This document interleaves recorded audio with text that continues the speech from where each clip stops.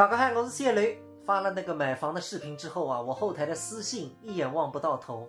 我看到很多朋友都发我说买贵了，或者说现在不应该买房，应该再过个7、8年，到时候你这个地方可能就1.5万。唉，其实你说房价下跌，我完全可以理解，而且我也相信房子会跌，但是我等不了了。我和镜子是18年结婚的，那时候房子很贵吧，基本上是高峰。家里人就让我等等，说你们先外婆的那个老破小装修一下当婚房住住，等以后跌了再买。我和镜子20出头结婚，到现在快30岁了，不能再等了。如果10年之后我和镜子快40了，那个房子很便宜，但是对我们来说，我们的青春已经回不去了。如果说我到50岁的时候，5000块一个平方，你给我一套别墅，那真的不如我25岁的时候搬进去，这种感觉是不一样的。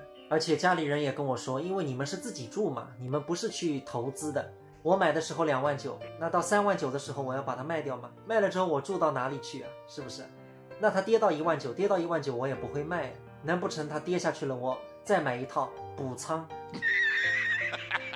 不可能的。所以说自己住和投资的是不一样。我知道很多人家里很有钱，你们投资5、6套房，那么你当然要看它是涨还是跌。还有很多粉丝评论说你们怎么买了个超高层的，超高层不好。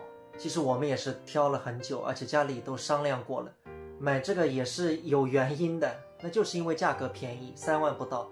那旁边的像狮子山什么原著小区啊，什么荷兰亭啊，5、6万，那你有钱你肯定可以买好的，住的舒服，你出行更好，对吧？各方面都好，但是还是没有那么多钱，非常开心了，很开心了，知足常乐。那说这个钱啊都是长辈出，那你们2个小辈干嘛呢？那装修要钱吧，还有这边车位一个也要20万，这个都要自己出，还有契税2个点8万块，还有什么房屋维修基金啊什么，反正这些钱都要我们自己出的。现在年轻人自己生活工作又要生孩子，真的压力很大，所以很庆幸我们是独生子女。真的，如果我同时有好几个哥哥或者妹妹，那肯定资源都轮不到我身上，所以我是不会生2胎了，就生1个吧，生1个精养就够了。生得多我们没有那么多资源去养，养不起，不能给他们那么好的生活。